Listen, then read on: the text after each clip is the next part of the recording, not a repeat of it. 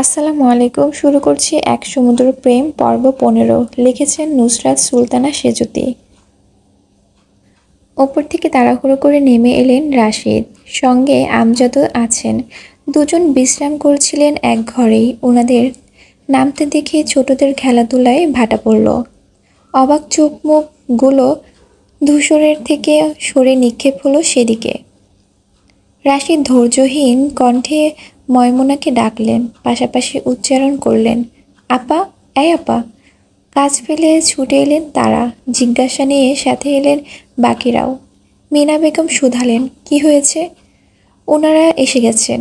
এক বাক্যে তটস্থ হলো সবাই। বসে থাকা সকলে তৎপর উঠে দাঁড়ালো। ময়মুনা খাতুন চোখ গোল করে বললেন, কারা? বর্ষার শ্বশুরবাড়ির লোকজন? হ্যাঁ, যাও আপ্যায়নের ব্যবস্থা করো, আমরা এদিকটা দেখছি। ময়মুনা বেগম ছুটলেন, মিনা বেগম গেলেন পেছনে। সুমনা বেগম মেঝেতে বিছানো পাটিয়ে ভাঁজ করতে নিলেই বর্ষা আটকায়, কেড়ে নেয়। অতিথি মানুষ কাজ করবে কেন, বরং নিজেই গুছিয়ে শান্তার হাতে দেয়। পরপর দৌড়ে চলে যায় কামরায়। শ্বশুরবাড়ির লোকদের সামনে এভাবে দাঁড়িয়ে থাকা যায়? পুরুষরা দরজার দিক এগোলো। সোফার উপর ফেলে রাখা এলোমেলো কুশনগুলো ত্রস্ত ভঙ্গিতে ঠিকঠাক করলো পুষ্প। বাড়ির সামনে গাড়ি ভিড়ানোর শব্দ এলো। মৈত্রী শান্তা সুপ দিয়ে বাপ চাচার পেছনে ছুটল। পিও একই রকমই দাঁড়িয়ে, নড়ছেড়াও কোথাও নেই। ধূসর ২ কদম এগিয়ে সদর দরজার কাছে যায়, গলা উঁচিয়ে বাইরেটা দেখে নেয়। বাড়ির সামনে গাড়ি ভিড়ছে মাত্র। পরপর নামলেন ৬ জন পুরুষ, অল্প বয়সী ছেলেই বেশি। ধূসর দেখা মাত্র পিওর দিক এগুলো। কাছে এসে ওর দিকে তাকাতে ভ্রুজোড়া কুঁচকে ফেলল। মেয়েটা কেমন অবাক চোখে হাঁ করে তাকিয়ে। ধূসর আমলে নিল না, উল্টে ব্যস্ত ভঙ্গিতে বলল, উপরে যা, ওনারা গেলে নামবি। খড়খড়ে কণ্ঠে পিউয়ের হেলদোল নেই, তার নির্মিষেই অক্ষিপট এক চুল সরল অবধি না। ধূসর আশেপাশে সবার দিকে তাকালো একবার, পরপর আস্তে পুরো কণ্ঠে বলল, সমস্যা কি? তাও নড়ে নেই। ধূসরের ষোলপ্রান্ত এক জায়গায় গুছিয়ে এলো, মৃদু ধমকে বলল, কিছু বলছি না তো? পিউ নড়ে ওঠে, সম্বিত ফেরে। ধূসর তপ্ত চাউনি খেয়াল করতেই এক ছুটে ত্যাগ করে বসার ঘর। পুষ্পকেও চোখ দিয়ে একই রকমই ইশারা করলো ধূসর। ভাইয়ের হুকুম মানতে কুটি কুটি পায়ে সেও উঠে গেল। মেয়েদের মধ্যে সুপ্তি, শান্তা, মারিয়া, মৈত্রী উপস্থিত সেখানে। মিনিটের মধ্যেই বসার ঘর ভরে আসে। রাশিদ মোতালিব সাদর সোফায় নিয়ে বসালেন অতিথিদের। শিকদার বাড়ির সবার সাথে পরিচিত করালেন। ধূসরের সঙ্গেও সারা হলো করমর্দন। সাদিপ নেই এখানে, মাত্রই কোথাও একটা গিয়েছে। ছেলের দুলাভাই, নিজের ভাই, বন্ধু আর কাজিন সহ মোট ৬ জন এসেছে। বড় বড় ৩টে লাগেজ বয়ে এনেছে সাথে। বর্ষার পা থেকে মাথা অবধি যা প্রয়োজন সব রয়েছে এখানে। ৫ মিনিটের মাথায় ময়মুনা বেগম, শিউলি খাতুন, মিনা বেগম হাজির হলেন ট্রে সমেত। এক একজনের হাতে এক এক ট্রে, তাতে কয়েক আইটেমের খাবার। ওনাদের দেখে সালাম দিলেন বরপক্ষ। বর্ষার দেবর ময়মুনাকে শুধালো, ভাবি কোথায় আন্টি? ঘরেই আছে বাবা। ছেলের দুলাভাই বললেন, ওকে ডাকবেন একটু, দেখা করে যাই। ময়মুনা স্বামীর দিকে তাকালেন, তিনি আবার দেখলেন আমজাদের দিকে। আমজাদ ইশারা করলেন, বুঝালেন ডাকতে। ময়মুনা খাতুন সুপ্তিকে বললেন, ডেকে আনতো মা। ছুটল মেয়েটা, বর্ষাকে ডাকতে গেল। এই ডাকাডাকির জন্যে দিনে অন্তত ২৫ বার তাকে দৌড়াতেই হয়। অত বড় সিঁড়ি ওঠানামা করতে হয়। এতবার ছুটাছুটিতে আজ অবধি মোটা হওয়ার হলোই না তার, হবেও না। জন্ম থেকেই হ্যাংলা পাতলা রয়ে গেল। সুপ্তি একেবারে বর্ষার সাথে নিয়েই নেমেছে। মাথায় তার বিশাল ঘোমটা। নরম পায়ে সে হাত উঁচিয়ে সালাম দিল সবাইকে। অর্ধেক কথাই অস্পষ্ট, চোখ মেঝেতে, কণ্ঠ কাঁপছে কুণ্ঠায়। ছেলের দুলাভাই হেসে বসতে বললেন, বসল সে। জিজ্ঞেস করলেন, কেমন আছেন? বর্ষা কম্পিত সুরেই জবাব দিল, ভালো, আপনারা? শুরু হলো গল্প। মারিয়া দাঁড়িয়ে এক কোণায় তার সুন্দর চেহারার দিক একটু পরপর তাকাচ্ছে বরের বন্ধু আরিফ। মারিয়ার খেয়াল পড়ল অনেকক্ষণ পর। প্রথম দফায় গায়ে না মাখালো, আস্তে ধীরে চাউনি জোরালো হলো। মারিয়ার অস্বস্তিতে সাথে মেজাজ বিগড়ালো। এভাবে ক্যাবলার মতো চেয়ে আছে কেন? আশ্চর্য।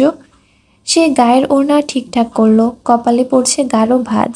আচমকা সেখানে হাজির হলো সাদিফ। আলগোছা একটা প্লাস্টিকের চেয়ার পাতাল ঠিক আর তার পেছনে। উপরে রাখলো একটা বড় সাইজের পচা টমেটো। এটা সে ভুজুং ভাজুং দিয়ে বেলালের থেকে জোগাড় করেছে। ছেলেটা অবশ্য কারণ না জেনেই এনে দিয়েছিল। সাদিফ সচেতন দৃষ্টি চারপাশে বোলালো। না, এদিকে কারোরই মনোযোগ নেই। সে কাজ শেষ করে এসে পাশে দাঁড়ালো মারিয়ার। সে ওকে দেখে ভ্রু কুঁচকায়। বিপরীতে সাদিফ দাঁত বের বের করে হাসলো। অমনি মুখ বেঁকালো মারিয়া। ভরকালো সাদিফ সামনে ফিরে বিদ্বিষ্ট হয়ে শ্বাস ফেলে ভাবল, কি মেয়ে রে বাবা। সোফায় তখন গল্পে মশগুল সবাই। রাশিদ আমজাদ জমিয়ে নিয়েছেন। ছেলের বড় দুলাভাই মোটামুটি বয়সের বলে আড্ডা বেশ মেতেছে। এর মধ্যে সাদিফ মারিয়ার পায়ের দিক চেয়ে উঁচু কণ্ঠে বলল, আরশোলা। মারিয়া হৃৎপিণ্ড ছলকে ওঠে। সত্যি মিথ্যে দেখারও প্রয়োজন পড়ল না। ওইটুকু শুনেই চিৎকার ছুড়ল। আ পরপর ভয়ে পেয়ে পিছিয়ে যেতে নিলে চেয়ারটা বাঁধল। মারিয়া টাল হারিয়ে ধপ করে বসে পড়ল। অমনি পচা টমেটো ফেটে মেখে গেল গায়ে। কিছু ছিটকে লাগলো লম্বা চুলে। জামার ব্যাক সাইডে পুরো একাকার হয়ে গেছে। মারিয়া হক চকালো, থমকে তাকালো। যত্রতত্র হুহা করে হেসে উঠল সাদিফ। হাসতে হাসতে নুয়ে গেল। পেট চেপে ধরল। মারিয়া হতবুদ্ধি হয়ে হাত রাখলো চেয়ারে। আঠালো কিছু উঠে এলো আঙ্গুলে। নাকের কাছে ধরতে পচা গন্ধে গা গুলিয়ে এলো। মুখভঙ্গি দেখে আরও বেশি করে হেসে ফেলল সাদিফ। মারিয়া বুঝতে বাকি নেই এসব কার কাজ। কটমট করে তাকালো সে। ইতিমধ্যে সকলের মনোযোগ পেয়েছে এদিকটায়। সাদিফের আরশোলা কথাটা না শুনলেও মারিয়ার চেঁচানো স্পষ্ট শুনেছে। রাশিদ উদ্বেগ নিয়ে বললেন, কি হলো মারিয়া, চেঁচালে কেন? মারিয়ার রাগে দুঃখে কান্না পেল। সে না পারছে উঠতে, না পারছে বসে থাকতে, অথচ দুদিকে মাথা নেড়ে বোঝালো কিছু না। সাদিফ সোজা হয়ে দাঁড়িয়ে তখন ঠোঁট চেপে হাসছে, মাঝে মাঝে শরীর দুলাচ্ছে। মারিয়া গাঢ় হয়ে বসে থাকে। পরিস্থিতি স্বাভাবিক ভেবে অতিথিদের নিয়ে ব্যস্ত হয় সকলে। সাদিফ সুযোগ বুঝে এগিয়ে এলো একটু। খানিক ঝুঁকে আস্তে করে বলল, মিথ্যে মিথ্যে সিনিয়র সাজলে এরকম সম্মানই তার প্রাপ্য হয় মিস ম্যালেরিয়া। কি ভেবেছিলেন বয়সে আমার ছোট হয়েও বড় আপু হবেন? ভার্সিটির সিনিয়রদের মতো র্যাগিং করবেন তারপর? সত্যি জবাব নেই আপনার বুদ্ধির, বোকা মেয়ে। আজকের পর সাদিফের সাথে ঝগড়া করতে এলেও কিন্তু দুবার ভাববেন কেমন? তারপর বিজয়ী হেসে সোজা হয়ে দাঁড়ালো। হেঁটে গিয়ে সামিল হলো সভায়। পেছনে মারিয়া অসহায় বনে বসে থাকলো। যতক্ষণ না বসার ঘর খালি হবে এভাবেই থাকতে হবে। উঠে ঘুরলে তো দেখে নিবে সবাই, মান ইজ্জত থাকবে কিছু? সে রাতে বর্ষা একা নয়, গোসল তাকেও সারতে হয়েছে। চুলে মেখে যাওয়ার পচা টমেটোর রসে শ্যাম্পুও করতে হলো। মারিয়া কাঁপতে কাঁপতে কম্বল মুড়ি দেয়। একঘর মানুষের সামনে এত বড় অপমান। সাদিফের অট্টহাসি মনে করেই সে পণ করল, এর শোধ আমি তুলবই। পিউ বিছানায় বসে ঠোঁট জুড়ে মুচকি হাসির ছুটাছুটি। চোখের সামনে মেলে রাখা ফোনের স্ক্রিন, জ্বলজ্বল করছে ধূসরের শার্ট প্যান্ট পরা ছবি। এই তো দেয়ালের সাথে হেলান দিয়ে দাঁড়িয়ে। কিছুদিন আগে আপলোড করেছিল টাইমলাইনে। পিউ যে কতবার দেখেছে এটা। উফ, কি মারাত্মক স্টাইল দাঁড়ানোর। মাঝে মধ্যে ধূসরের বুক পকেটে গোজা সানগ্লাসটাকেও ভীষণ হিংসে হয়। ওটাও তার বুকের কাছে জায়গা পায়। আর সে বেবি পিউ লজ্জায় দুহাত ভেঙে এলো।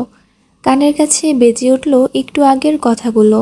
ধূসরের মন মাতানো, হৃদয় জুড়ানো সেই সব অবিশ্বাস্য ধ্বনি। সেই ক্ষণে পিউ তলিয়ে গেল দোটানায়। ধূসর কি ওসব ওকে উদ্দেশ্য করে বলেছে নাকি বলেনি? একবার মনে হলো ওকে বলেনি। যদি বলতেন তবে যার হৃদয়ে এত প্রেম সে কি করে এত নিরুদ্বেগ থাকতে পারে? আবার মনে হচ্ছে ওকে বলেছে, না হলে আর কি বা আছে ধূসর ভাইয়ের। ওনার পাশে কাউকে ভাবলেই তো পিওর বুক কাঁপে, বক্ষ স্পন্দন বাড়তে বাড়তে পাহাড় ছুলো। দুদিকে ঘন ঘন মাথা নেড়ে জোর দিয়ে বলল, না না, উনি আমাকেই বলেছেন, আমাকেই। তারপর ঠোঁটের কাছে ফোন এনে ধূসরের ছবিতে দীর্ঘ গভীর চুমো আঁকল পিউ। এই লোকটার প্রেমে পাগল হবে সে। ও না হবে কি, হয়তো হতেই হবে। হঠাৎ পাশ থেকে ফোনের রিংটোন বাজলো। টেবিলের উপর রেখে যাওয়া পুষ্পর ফোন ভাইব্রেট হচ্ছে সমানে। পিউ তাকিয়ে দেখলো একবার। বিছানার বসে স্ক্রিনে ছোট ছোট নম্বর ঠাউর করা গেল না। পুষ্প ওয়াশরুমে তখন। পিউ বসে থেকে হাঁকছে উঠল, তোর ফোন বাজছে। ওপাশ থেকে উত্তর আসে না, অথচ রিং হচ্ছে এখনও। অজ্ঞাত ব্যক্তি অধৈর্য খুব। পিউ শেষমেশ গা থেকে ল্যাপ সরিয়ে উঠে এলো, ফোন তুলল হাতে। আনসেভ নম্বর দেখে বিব্রত হয়ে পড়ল। ধরা কি ঠিক হবে? ভাবতে ভাবতে কেটে গেল লাইন। সেকেন্ডের মাথায় আবার বাজলো। পিউ রিসিভ করলো এবার। কানে গুজে হ্যালো বলার আগেই উৎকণ্ঠিত সুর ভেসে এলো, কি করছো? বিজি? ফোন ধরছিল না যে? পিউ মুহূর্তের মধ্যেই সুর চিনে ফেলল। বিভ্রান্ত হয়ে আরেকবার ফোন সামনে আনলো, পরিষ্কার চোখ বুলিয়ে ফের কানে ঠেকালো। ওপাশের মানুষটা বলল, হ্যালো হ্যালো, শুনতে পাচ্ছ না? হ্যালো। পিউ অনিশ্চিত কণ্ঠেই ডাকলো, ইকবাল ভাইয়া। লোকটির কথা বন্ধ। পিনপতন নীরবতা নেমে এলো ততক্ষণে। হ্যাঁ না বলছে না, টুর শব্দ নেই। পিউ আবার বলল, ইকবাল ভাইয়া না? হ্যালো, শুনতে পা। এর মধ্যে ফোন টেনে নিল পুষ্প। পিউ চমকালো না, তবে অবাক হলো। পুষ্প স্ক্রিনে তাকাতেই চোখ বড় বড় করলো, কেমন ভ্যাবাচাকা খেলো। পরপর খট করে লাইন কেটে দিল। তাকালো তার দিকে, রাগ দেখিয়ে বলল, পারমিশন না নিয়ে কারো ফোন রিসিভ করতে নেই, জানিস না তুই? ওটা কি ইকবাল ভাইয়া ছিলেন? পিউ সঠিক জায়গায় তীর ছুঁড়েছে। পুষ্প তবুও নিভে গেল না। উল্টে প্রতাপ নিয়ে বলল, ইকবাল ভাই হবেন কেন? উনি কেন ফোন করবেন? আন্দাজে কথা না বললে চলে না তোর, তাই না? পিউ ভ্রুকুটি করে বলল, যেতে যাচ্ছিস কেন? আমি তো শুধু। প্রতিমধ্যে কথা কেড়ে নিল পুষ্প। কি শুধু? তুই আমার ফোন রিসিভ করে কি গোয়েন্দাগিরি করছিস? আর যেন না দেখি আমার ফোন ধরতে। এক চড়ে সব দাঁত ফেলে দেব তো তাহলে, বেয়াদব কোথাকার। পুষ্পর রুক্ষ ব্যবহারে পিউর বুক ভারী হয়। কষ্ট পেল সে। চোখ ফেটে উকি দিল স্বচ্ছ জল। নেত্রপল্লব ভিজে উঠল। ঠোঁট চিপে কান্না আটকে অভিমানী কণ্ঠে বলল, তুই আমার সাথে আর কখনো কথা বলবি না। এরপর বিছানার কোণায় গিয়ে ল্যাপ মুড়ি দিয়ে শুয়ে পড়ল। পুষ্পর এতক্ষণে হুঁশ ফিরেছে। কপাল চাপড়ে জিভ কাটল সে। ভয় পেয়ে নার্ভাস হয়ে কি না কি বলে ফেলল। ইস! সে চটজলদি গিয়ে বোনের পাশে শোয়। পেছন থেকে জড়িয়ে ধরতেই পিউ মুচড়ে উঠল। দাপাদাপি করে বলল, ছাড় আমাকে। পুষ্প ছাড়ল না, উল্টে বোনের তুলতুলে গালে চুমু খেয়ে বলল, আমার লক্ষ্মী বাবু এমন করে না। পিউ চুপ করে থাকলো। ছোটাছুটি করলেও লাভ হবে না। পুষ্প মাথায় হাত বোলাতে বোলাতে বলল, সামনে তোর পরীক্ষা তো, অনেক চিন্তায় ছিলাম, ওই জন্যই না বুঝে কি না কি বলে ফেলেছি, সরি। পিউ নাক মুখ কুচকে তাকায়। এটা কেমন লজিক? পরীক্ষা ওর, চিন্তা তার বোনের। কিছু বলতে গেল তখনই ঘরে ঢুকলো বর্ষা। লাজুক লাজুক চেহারাটা দেখতেই পিউ কথা গিলে নেয়। বর্ষার বুকের সাথে চেপে রাখা প্যাকেটটায় চোখ পড়ে। সে দর চাপিয়ে এগিয়ে এলো। দু বোন তৎক্ষণাৎ শোয়া থেকে উঠে বসে। পুষ্প শুধালো, প্যাকেটে কি? বর্ষা মাথা নামিয়ে হাসল। মৃদুকণ্ঠে বলল, তোর ভাইয়া পাঠিয়েছেন। পিউয়ের এতক্ষণে রাগ ঢাক উবে গেল। চোখ বড় করে বলল, তাই? কি দিয়েছে দেখি। বর্ষা প্যাকেট বাড়িয়ে দিল। হাতে নিয়ে উদ্গ্রীব হয়ে খুলল সে। বেরিয়ে এলো টকটকে গোলাপ, রজনীগন্ধা আর সাথে একটা লাল পাড়ের কালো শাড়ি, ভেতরে ছোটখাটো চিঠিও আছে। পিউ হাতে তুলল, অনুমতি চাইল পড়ব। বর্ষা মাথা দোলায়, পিউ ভাঁজ খুলে জোরে জোরে পড়ল। বিয়ের আগে আমার তরফ থেকে পাঠানো প্রথম উপহার। আশা করছি আর আক্ষেপ নেই। আমার মেয়েদের জিনিস কেনার অভিজ্ঞতা নেই, জানি না কেমন লাগবে তোমার, তবুও কিনেছি। এখন আমার মিষ্টি বউটার পছন্দ হলেই শান্তি। পিউ থামল। পুষ্প বুকে হাত দিয়ে বলল, হায় কি রোমান্টিক। বর্ষা শাড়ির আঁচলটা আঙ্গুলে পেঁচাতে পেঁচাতে বলল, সকালে কোথায় কোথায় বলেছিলাম আমার একটা প্রেম করা হলো না, এখন তো বিয়ে হয়ে যাচ্ছে। আপনার থেকেও একটা উপহার পেলাম না, যেটা দেখে মনে হবে না বয়ফ্রেন্ড দিয়েছে। তাই উনি এখন ওনার ভাইয়ের থেকে লুকিয়ে পাঠালেন, তিনি দিয়েছেনও লুকিয়ে। পিউ পুষ্পর মুখ চাওয়াচাওয়ি করলো। আচমকা দুজনই চিৎপটাং হয়ে শুয়ে পড়ল বিছানায়। ভ্যাবাচাকা খেলো বর্ষা। দুজন সমন্বয়ে চিৎকার করে বলল, ও মা গো, টুরুলাভ। বর্ষার বিয়ে আজ। ঝাঁকঝমক অনুষ্ঠানেরও আজকেই সমাপ্তি। এরপর মেয়েটা চলে যাবে শ্বশুরবাড়ি। আত্মীয় স্বজন ফিরে যাবে নিজেদের ভিটায়। পূর্ণ গমগমে ঘরবাড়ি খালি হবে, যে যার মতো ব্যস্ত হওয়া হবে কাজে। শুধু ফাঁকা পড়ে থাকবে বাবা মায়ের বুক। ভোর থেকে ময়মনা ভার মুখে ঘুরছেন, ঠিকঠাক কাজ করলেও হাসির দেখা নেই। যতবার মনে পড়ছে মেয়েটা চলে যাবে আজ, চোখ জ্বলে উঠছে কান্নায়। ক্ষণে ক্ষণে অশ্রু আঁচলে মুছছেন। লাভই হচ্ছে না, বেহায়া চোখ আবার ভিজে উঠে। বর্ষা সকালবেলা উঠেছে, ঠান্ডা লেগেছে তার। গতকাল বেলার বেলালের ডেয়ার পূর্ণ করতে গিয়ে সর্দি বেঁধেছে। টিস্যু দিয়ে নাক মুছতে মুছতে রান্নাঘরে এলো সে। ময়মনা খাতুন এত চায়ের কাপ ধুচ্ছেন তখন। বর্ষা বলল, মা, এক কাপ চা দেবে আমায়? তিনি বোঝা কণ্ঠে বললেন, দিচ্ছি। মায়ের গলা শুনে বর্ষার ভ্রু বাঁকা হয়। আপাতত রান্নাঘরে কেউ নেই। বর্ষা একটু এগিয়ে এলো, মায়ের বাহু ধরে নিজের দিকে ঘোরালো। চোখ ভরা জল দেখে আতকে বলে উঠল, ওমা, কাঁদছো কেন, কি হয়েছে? ময়মনা তাড়াহুড়ো করে চোখ মুছে বললেন, কিছু না, পেঁয়াজ কেটেছিলাম তো তাই। আমি চলে যাব বলে কাঁদছিলে তাই না? বলতে না বলতেই বর্ষার চোখ বেয়ে জল গালে পড়ল। মেয়ের কান্না দেখে ময়মনা আর শক্ত থাকতে পারল না। গা ভেঙে কেঁদে ফেললেন, সাথে বুকের সাথে জড়িয়ে ধরলেন ওকে। হাউমাউ করে বললেন, আমি তোকে ছাড়া কি করে থাকবো রে মা, আমার ঘরটা যে খালি হয়ে যাবে। বর্ষা জোরে কেঁদে ওঠে। শব্দ পেয়ে নাস্তার টেবিল থেকে উঠে পড়লেন মিনা বেগম। পেছন পেছন এলেন অনেকেই। মা মেয়ের কান্না দেখে রাশিদের চোখ ছলছলে। বর্ষা কাঁদতে কাঁদতে ছেলে মানুষের কণ্ঠে বলল, আমি যাব না, কোথাও যাব না, বিয়ে করব না আমি। মিনা বেগম নরম মনের মানুষ, তারও চোখ ভরল জলে। এগিয়ে গিয়ে বর্ষার পিঠে হাত বুলিয়ে বললেন, বোকা মেয়ে, তুই কি একেবারে যাচ্ছিস নাকি? মন চাইলেই আসবি।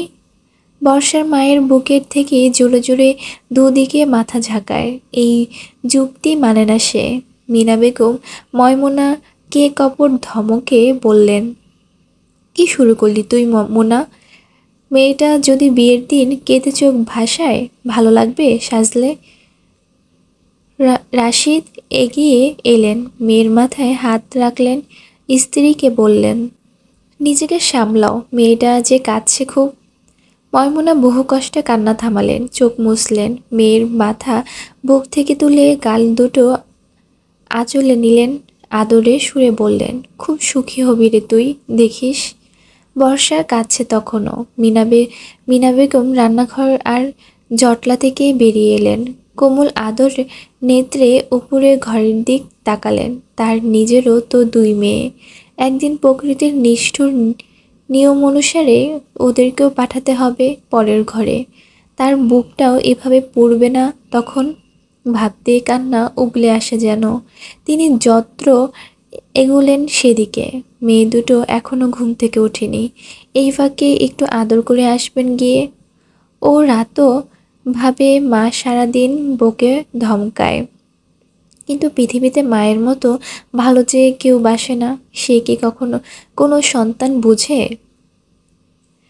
সাদিফ সিঁড়ি বেয়ে উঠছে, হাতে সবুজ আপেল, শূন্য ছুঁড়ে আবার ধরে ফেলছে সেটাকে। এর মধ্যে পথে বাঁধল মারিয়া। মেয়েটা সবে ঘুম থেকে উঠেছে, এলোমেলো কেশে হাই তুলতে তুলতে সাদিফের সামনে পড়ল। ওকে দেখা মাত্রই সাদিফ ঠোঁট টিপে হাসলো। গতরাতে মেয়েটাকে যে পরিমাণ নাকানি চুবানি খাইয়েছে সেই কথা মনে করেই মারিয়ার গা জ্বলে গেল তাতে। সাদিফ হেসে পাশ কাটাতে গেলেই সে হাই হতাশ করে বলল, ইস, ইয়াল্লাহ, সকাল সকাল কার মুখ দেখলাম, পুরো দিনটাই খারাপ হয়ে যাবে এখন। সাদিফ দাঁড়িয়ে গেল অমনি, পেছনে না তাকিয়ে নিজেও হাই হতাশ করলো। আসলে কাকে দেখালে মাবুদ? এইসব ম্যালেরিয়া ট্যালেরিয়াকে আমার থেকে দূরে রাখো প্লিজ গড, প্লিজ। মারিয়া সতর্ক কণ্ঠে বলল, ম্যালেরিয়া কাকে বললেন? নির্লিপ্ত জবাব, আপনাকে। মারিয়া হাঁ করে বলল, আপনি আমাকে ম্যালেরিয়া বললেন? সাদিপ অবুঝের ভান করে বলল, বেশি সম্মান দিয়ে ফেললাম? মারিয়া ভীষণ রেগে বলল, আপনি আমার সুন্দর নাম বিকৃত করছি। মারিয়া দাঁত চেপে চোখ বুঝল, গা ঝেড়ে শ্বাস নিয়ে বলল, সে তো করবেনি। আপনার এসব আজে বাজে কথা ছাড়া ভাণ্ডারে আছেই বা কি? এই যে আপনি একজন তালকানা, রাতকানা, দিনতানা। আমি কি একটাও বলেছি? বলিনি তো। কারণ আমি ভদ্র সভ্য মেয়ে, অসভ্য আর ঠোঁট কাটা নই। সাদিফ ফুঁসে উঠল, আঙ্গুল উঁচিয়ে বলল, দেখুন, আপনি একজন বলে কিছু বলছি না, না হলে। মারিয়া চোখ ঝাপটে হেসে বলল, আমাকে ঠিক যতটা ভাবছেন আমি ঠিক ততটা নই। একটা সুযোগ পাই, বুঝিয়ে দিব কেমন। সাদিব জবাব দিতে চাইল, এর মধ্যেই জবা বেগমকে আসতে দেখে থেমে গেল, তবে চাপা কণ্ঠে হুঁশিয়ার দিল, মা আসছে বলে বেঁচে গেলেন। মারিয়া হাত নাড়ল, যেন মশা তাড়ালো। সাদিফ আর দাঁড়ায় না। মেয়েদের সাথে কথা বলতে দেখলে মা উল্টোপাল্টা ভাবে যদি। তাড়াহুড়ো করে প্রস্থান নিল। জবা বেগম মারিয়া মুখোমুখি হতেই দুজনেই মৃদু হাসল। তিনি চলে গেলেন ঘরে। মারিয়া বুকের সাথে হাত ভাঁজ করে ঠোঁট কামড়ালো, মনোযোগ দিয়ে ভাবল, এই সাদা মূলাটাকে যে কিভাবে শায়েস্তা করি। পিউ ব্রাশে পেস্ট লাগিয়ে এসে কলপারে দাঁড়ালো। ট্যাঙ্কির পানি বরফের মতো ঠান্ডা। শীতকালে টিউবওয়েল থেকে যে গরম পানি পড়ে সেটা দারুণ লাগে তার। সে শান বাঁধানো ফ্লোরে দাঁড়াতে যাবে, তখনই পানি নিতে এলেন একজন মধ্যবয়সী নারী। কোমরের হাড়ে বড় সাইজের কলসি গোজা, কাপড় পেঁচিয়ে মাথাও ঢেকেছেন। পাশে বাড়ির তাদের। ওনাকে দেখে পিউ সরে জায়গা দিল। ভদ্রমহিলা ওর দিকে তাকাতে তাকাতে কলস পাতালেন টিউবওয়েলের নিচে। তারপর তীক্ষ্ণ চোখে পিউর আপাদমস্তক দেখলেন, ভীষণ কৌতূহল নিয়ে প্রশ্ন করলেন, এই বাড়িতে বেড়াইছো? পিউ মাথা দুলিয়ে বলল, জি। রাশিদ ভাই কি হয় তুমগো? আমার মামা। মহিলাটি ভ্রু তুলে বললেন, তুমি কার মাইয়া? মার নাম কি? জি মিনা পারভিন। মুহূর্তে গদগদ হয়ে উঠলেন তিনি। পান খাওয়া লাল দাঁত বের করে হেসে বললেন, ও তুমি মিনা আপার মাইয়া? আগে কইবা না, তোমারে দেখছি হেই কবে, ডাঙ্গুর হইছো অনেক। কোন ক্লাসে পড়ো? এইচএসসি দেব। বুঝলেন না তিনি? কি দিবা? মানে ইন্টার দেব। ও ও, ভালো ভালো। তোমার বড় বইনের বিয়া হইছে? না, এখনো হয়নি। মহিলাটি ভ্রু গুজিয়ে বললেন, কেন? বিয়া দেয় না কেন? কোনো সমস্যা? পিউ উদ্বেগ নিয়ে বলল, না না না, কোনো সমস্যাই না, আপু তো পড়ছে এখনো। মহিলাটি মাথায় কাপড় কানের দুপাশে গুজে বললেন, হুনো মাইয়া, মানুষের এত লেহন পরনের ভালো না, তাড়াতাড়ি বিয়া শাদি করণী হইল তাগো আসল কাম। সুরো একটা জীবন বাঁচবা কয়দিন? আইছা বাদ দাও। তোমার তো চেহারা সুরত মাশাল্লাহ, গার রংটাও টকটকা। আমার ধারে ভালো পোলা আছে, তোমার আম্মার লগে কথা কইয়া দেহি, কি কও? পিউ হতভম্ব হয়ে বলল, এসব কি বলছেন? আমি তো এখনো ছোট। মহিলাটি বললেন, আর কি সুডো, তোমাগো লাহান বয়সে আমরা পোলাপান আসিল দুইটা। এখনই তো শয়ন মায়ের দেওয়ানের সময়। এইটাই বয়স বিয়াকরণের, বুঝছো? পরে বয়স বাড়লে কোনো পোলারে দাম পাইবা না। বলার সাথে বুড়ো আঙ্গুল চিৎকার করে দেখালেন তিনি। পিউ চেহারা গোটালো। এর মধ্যেই পেছন থেকে কেউ জবাব ছাড়ে, ওর বিয়ে নিয়ে আপনাকে ভাবতে হবে না, তার জন্য আমরা আছি। পিউ ফটাফট ঘুরে তাকালেন নারীটিও। ধূসর এগিয়ে এসে পিউয়ের পাশে দাঁড়ায়। ভদ্রমহিলা একবার ওকে পা থেকে মাথা অবধি দেখে পিউকে শুধালেন, ক্যাডা? পিউ বিপাকে পড়ল। এই প্রশ্নটা সব থেকে বিব্রতকর তার কাছে। ধূসরের পাশে ভাই শব্দ লাগাতে বুকটা ফেটে যায়। যে মিহি কণ্ঠে বলল, কাজিন। কি? কি জিন? আমার চাচাতো ভাই। মহিলাটা মাথা দুলিয়ে বলল, ও তোমার ভাই, বড় ভাই। পিউ নাক ফোলায়। মুখ খোলার আগেই ধূসর ভুল ভুল শুধরানোর ভঙ্গিতে বলল, চাচাতো ভাই। আপনার পানি না হয়নি? তিনি বুঝতে না পেরে বললেন, কেন? হলে যে পথ দিয়ে এসেছেন সে পথ দিয়েই বের হবেন। রাস্তাঘাটে ঘটকালি করণে ভালো, কিন্তু আমাদের বাড়ির মেয়েদের নিয়ে আপনার নাক গলাতে কেউ বলেছে? সোজাসাপটা ভনিতাহীন উত্তরে নারীটি চুপসে গেলেন। মুখ ছোট করে মাথা নাড়ালেন দুদিকে। পরপর কলচাপায় গতি বাড়িয়ে দিলেন। নিমিষেই কলস ভরে উঠল, পানি উপচে পড়ল। ধূসরকে একবার দেখে কলসটাকে ফের কোমরে তুললেন। দ্রুত পায়ে ছাড়লেন বাড়ির আঙ্গিনা। ধূসর বিরক্ত হয়ে দেখছিল। চোখ এনে পিওর দিক ফেলতেই দেখল মেয়েটা আবারও হা করে তাকিয়ে। ধূসর ভ্রু শিথিল করল। দু আঙ্গুল দিয়ে পিওর ঠোঁট চেপে ধরে হাঁটুকুনো আটকে দিয়ে বলল, গ্রামে অনেক মাছি, মুখ বন্ধ রাখ, ঢুকে যাবে না হলে। পিউ নড়ে চড়ে ওঠে, ঠিকঠাক হয়ে দাঁড়ায়। এর মধ্যে গলায় তোয়ালে ঝুলিয়ে হাজির হয় সাদিফ। সাথে বেলাল, রাদীপ, রোহান এরাও আছে। সাদিফের পরনে লুঙ্গি, খালি গা। ধূসর ওকে দেখে কপাল কুঁচকে বলল, কোথায় যাচ্ছিস? সে হৈ হৈ করে জানলো, নদীতে গোসল করতে যাবে। পিউ অবাক হয়ে বলল, নদীতে? আপনি তো সাঁতার জানেন না ভাইয়া, ডুবে গেলে। সাদিফ চিন্তিত কণ্ঠে বলল, সে তো জানি না, কিন্তু বেলাল বলেছে ও সামলাবে। ধূসর বলল, তোর তোর মতো গাট্টা গুট্টা লোক ডুবতে নিলেও পারবে তো তুলতে? আর রাদীপ, তুই কোথায় যাচ্ছিস? ভাইয়ের চোখে দেখে ছেলেটা গুটিয়ে গেল। ভীত কণ্ঠে বলল, আমিও একটু। বাহ, তোরা যে দল বেঁধে পানিতে ডুবে মরতে চাস, আগে জানাবি না? না তাহলে বাড়ির পেছনের পুকুরটা কি দোষ করলো? ওখানে গিয়ে মর। নদীর থেকে বেটার, আই থিঙ্ক। অন্তত লাশ খুঁজে পাওয়া যাবে।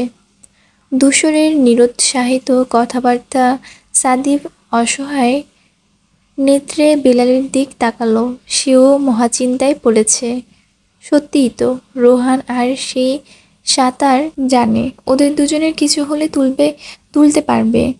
সে মাথা চুলকে বলল, সাদিফ ভাই তাহলে কি থাকবে আজ? রাদীপ কাঁদো কাঁদো হয়ে বলল, আমার যে খুব শখ নদীতে গোসল করব। ও বড় ভাইয়া, তুমিও চলো না আমাদের সাথে, আমরা ডুবতে নিলে তুমি তুলতে পারবে। তোমার তো অনেক শক্তি, কত ভারী ভারী ডাম্বেল তুলো। উজ্জ্বল হয়ে আসে সাদিফ। সেও সুর মেলায়, হ্যাঁ হ্যাঁ ভাইয়া, তুমিও চলো, তাহলে আর চিন্তা নেই। ধূসর নাকচ করলো, না। আরে চলো না, মজা হবে, এসো এসো। এই বেলাল, ভাইয়ার জন্য একটা লুঙ্গির ব্যবস্থা করতো। যাব না বললাম না, ছাড় সাদিফ। আরে কি শুনে কার কথা? সাদিফ, রাদীপ সব কটা মিলে ধূসরের দু বাহু ধরে টেনে টুনে নিয়ে চলল। বেলাল আবার বাড়িতে ঢুকলো তার জন্য লুঙ্গি আনতে। পিউ সব দেখে হাসলো, বুক ফুলিয়ে দীর্ঘ এক শ্বাস নিল। কবে যে মানুষটাকে মনের কথা বলবে। মারিয়া চোরের মতো পা ফেলে ফেলে ঘরে ঢুকলো। আপাতত সাদিফ আর ধূসরের দেখলো যেটা। দরজা চাপিয়ে ভেতরে এলো। আশপাশে তাকালো, খুঁজলো কিছু। কাঙ্ক্ষিত বস্ত্র পেতেই লুলুপ দৃষ্টি তাকালো। চেয়ারের উপর ভাঁজ করে রাখা সাদিফের মেরুন পাঞ্জাবি আর সাদা পাজামা সেট। একটু আগেই সুনিপুণ হাতে আয়রন করে রেখে গেছে সে। গোসল সেরে এসে এগুলি পরবে। মারিয়া ঘরের সামনে দিয়ে যাওয়ার সময় দেখছিল। বুঝতে বাকি নেই, মহারাজ বিয়েতে এটাই পরিধান করবেন। সেই থেকেই তককে তককে ছিল সে। যেই মাত্র ঘর খালি হয়েছে, লোফে নিল সুযোগ। মারিয়া ওনার নিচ থেকে ডান হাত বের করলো, ছোট একটা পলিথিন নিয়ে এগিয়ে গেল। যেতে যেতে বেশ কবার দেখে নিল পিছনে, পাছে এসে পরে কেউ। কাপড়গুলো কাছে এসে পলিথিনের মুখ খুলল, বেরিয়ে এলো সবুজ সবুজ কিছু অমৃত পাতা। ক্রুদ্ধ হাসল সে, পাঞ্জাবিটা দিক চেয়ে বিড়বিড় করলো, মারিয়ার সাথে পাঙ্গা? রাতকানা মশাই, এবার বুঝবেন মজা। সবকটা পাতা পাঞ্জাবির ডলে ডলে দিল, তারপর কিছু রেখে দিল পকেটেও। কাজ শেষ, হাত ঝেড়ে সাবধান করলো, পরের বার আমার সাথে লাগতে এলে আজকের কথা 2 বার নয় 10 বার ভাববেন, ওকে? যেন সত্যি সাদেবকে শাসালো সে। ঠিক কান যেভাবে হেসেছিল সাদেব, সেভাবেই হাসলো মারিয়া। বোনটাকে সামনে থেকে ছুঁড়ে পেছনে ফেললো, হাঁটতে হাঁটতে গুনগুন করে গান ধরল। সে যে কেন এলো না, কিছু ভালো লাগে না, এবার আসুক, তারে আমি মজা দেখাবো। গলার অবস্থা খুবই খারাপ, তাই গানটা আর গিয়ে শোনাতে পারলাম না। বিশাল বাড়ি হইচয়ে পরিপূর্ণ, বরযাত্রী রওনা করেছেন। মাত্রই খবর পেলেন রাশিদ। বাড়িতে ঢুকে মোতালেব মেয়েকে সাজানোর পায়তারা দিলেন। পুষ্প মারিয়া হুকুম মাত্রই অবধূকর আর বর্ষাকে নিয়ে বসে গেল। মারিয়ার শাড়ি পরাবে আর মেকআপ করাবে পুষ্প।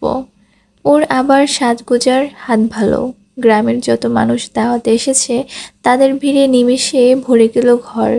সবাই উৎসুক হয়ে দেখছে, বর্ষাকে বিছানায় বসিয়ে সাজাচ্ছে ওরা। ঘরটাও বেশ বড়সড়, অথচ আজ যেন শ্বাস ফেলারও জায়গা হচ্ছে না। শীতের মধ্যেও ছুটে আসছে প্রচণ্ড গরম। পিউ আর দাঁড়িয়ে থাকতে পারে না, দম বন্ধ হয়ে আসছে তার। সাথে পড়েছে ভারী লেহেঙ্গা, সেজেছে কখন, অথচ ঘর ছাড়েনি। আসলে মন ভালো ছিল না, ধূসরের সাথে ম্যাচিং করার মতো আর একটাও জামা নেই বলে বাধ্য হয়ে এইটাই পরেছে, তাও পুষ্পের কথায়। কালার ভিন্ন হলেও জামার ডিজাইন একই রকম দুজনের। পিউ ভিড় ঠেলে ঠুলে প্রাণ বাঁচিয়ে বেরিয়ে এলো। লেহেঙ্গার 2 মাথা ধরে ধরে সিঁড়ি বেয়ে নামলো। অল্প উঁচু দেখে হিল পড়েছে পায়ে। আস্তে ধীরে দেখে শুনে পা ফেলে বাড়ির বাইরে এলো। প্যান্ডেলের ভেতর এসে সামনে তাকাতেই বড়সড় হোঁচট খেল পিউ। একেবারে 480 ভোল্টেজের ঝটকা। প্যান্ডেলের এক কোনায় চেয়ার পাতানো, তার একটাতে বসে ধূসর, পাশে তুহিনরাও আছে।